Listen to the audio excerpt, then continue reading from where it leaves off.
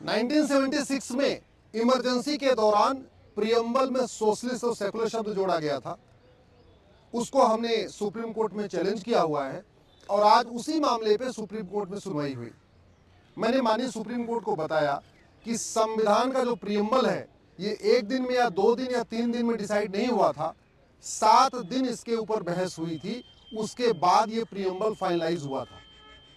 मैंने माननीय supreme court को ये भी बताया कि जब ये संविधान का प्रियम्बल चर्चा हो रही थी, जब इसके ऊपर डिस्कशन हो रहा था, तो बाकायदा प्रस्ताव आया था इसमें सेकुलर शब्द जोड़ने के लिए, लेकिन संविधान सभा ने रिजेक्ट कर दिया था।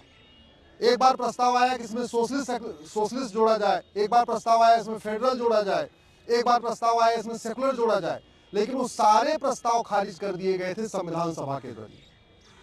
और 1976 में जब 2 नवंबर 1976 को इस संविधान में जोड़ा गया है, उस समय देश में आपातकाल लगा हुआ था। सारे लीडर ऑफ अपोजिशन या तो जेल में थे या तो विदेश चले गए थे डर के मारे। मीडिया का बिजली पानी का कनेक्शन कटा हुआ था और उस समय बिना किसी चर्चा के इसको पास कर दिया गया। मैंने माननीय सुप्रीम कोर्ट को ये भी बताया है कि जो लोकसभा का कार्यकाल था वो 5 साल का, वो मार्च 76 में ही पूरा हो गया था और ये जो प्रियम्बल बदला गया है ये नवंबर 76 में बदला गया है, यानी 8 महीने के बाद। तो ये भी सवाल उठता है कि इमरजेंसी के दौरान, और वो भी जब लोकसभा का कार्यकाल पूरा हो गया है, क्या उस समय संविधान में बदलाव किया जा सकता है, और वो भी संविधान के प्रियम्बल में, जो संविधान का बेसिक स्ट्रक्चर है, जो संविधान का बेसिक फीचर है। मैंने माननीय सुप्रीम कोर्ट से ये भी कहा है कि अगर प्रियम्बल में छेड़छाड़ की परमिशन दे दी गई, संविधान प्रियम्बल में इस तरीके जो जोड़ा गया, इसको लीगलाइज किया गया, तो कल को फिर घटाने की भी परमिशन मिलेगी, फिर तो लोग घटा भी सकते हैं। बड़ी सीधी सी बात, इंदिरा गांधी जी का जो इलेक्शन था उसको हाई कोर्ट ने रद्द किया। इंदिरा गांधी जी उसके खिलाफ हाई कोर्ट के फैसले के खिलाफ आई सुप्रीम कोर्ट। सुप्रीम कोर्ट में आई, सुप्रीम कोर्ट में 24 जून 75 को सुप्रीम कोर्ट ने कहा ठीक है आप कार्यवाहक प्रधानमंत्री बने रहिए, लेकिन आप कोई महत्वपूर्ण डिसीजन नहीं ले पाएंगे। अगर आप, इंदिरा गांधी जी की जो कंडीशन थी वो लगभग वही कंडीशन थी जो केजरीवाल जी को जमानत देते समय दी गई। जैसे सुप्रीम कोर्ट ने जब केजरीवाल जी को जमानत दिया तो लिखा था कि आप ऑफिस नहीं जाएंगे, कोई महत्वपूर्ण डिसीजन नहीं ले पाएंगे, किसी महत्वपूर्ण फाइल पे साइन नहीं कर पाएंगे। लगभग same terms condition Indira Gandhi ji के लिए 1975 में जब 24 जून 75 को सुप्रीम कोर्ट ने उनको कहा था ठीक है आप कार्यवाहक प्रधानमंत्री बने रहिए, उस समय भी यही कंडीशन सेट किया था, आप ऑफिस नहीं जाएंगी, कोई महत्वपूर्ण डिसीजन नहीं लेगी, आप कोई जो है सैलरी नहीं लेंगी, इतना तक कह दिया था। आप जरा सोचिए 24 जून 1975 को, और उसी से गुस्सा होके रात में ये तैयारी कर ली गई और अगले दिन 25 जून 75 को इमरजेंसी लग गई।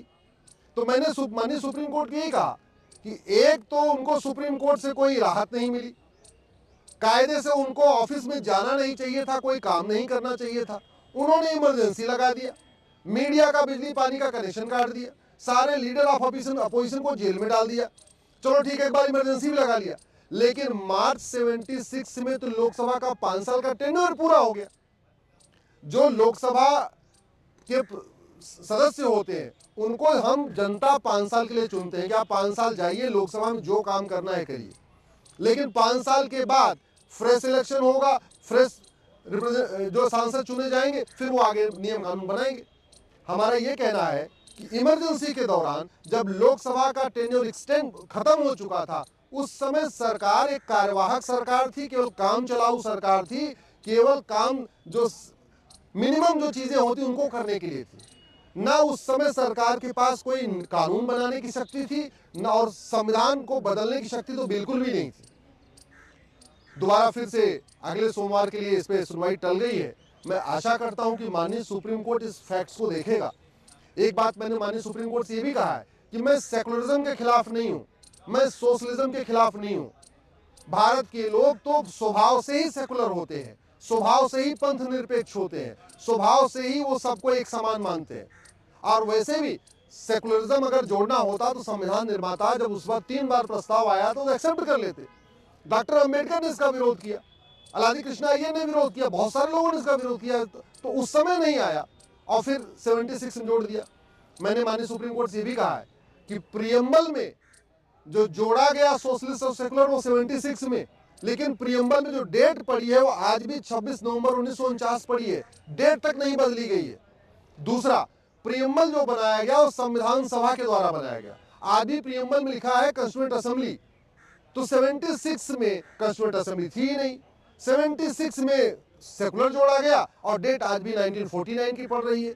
और सबसे इंपॉर्टेंट, अगर इसको ऐसे कंटिन्यू करने का अनुमति मिल गई तो कल को आने वाले टाइम में और कोई प्रधानमंत्री देश में इमरजेंसी लगा देगा और इमरजेंसी लगा के प्रियम्बल से सेकुलर भी हटा देगा, या प्रियम्बल में शरिया भी जोड़ देगा, या प्रियम्बल से जस्टिस निकाल देगा, या प्रियम्बल से इक्वलिटी निकाल देगा। अगर इस तरीके से प्रियम्बल से छेड़छाड़ करने की परमिशन मिली तो आने वाले टाइम में अच्छा नहीं है। अगर और खासतौर पे ऐसे प्रधानमंत्री को संविधान बदलने की अनुमति मिल गई जिसका ऑलरेडी इलेक्शन खारिज हो चुका था हाई कोर्ट से, जिसको सुप्रीम कोर्ट ने कहा था कि आप ऑफिस नहीं जा सकते, आप कोई महत्वपूर्ण काम कर नहीं ले सकते।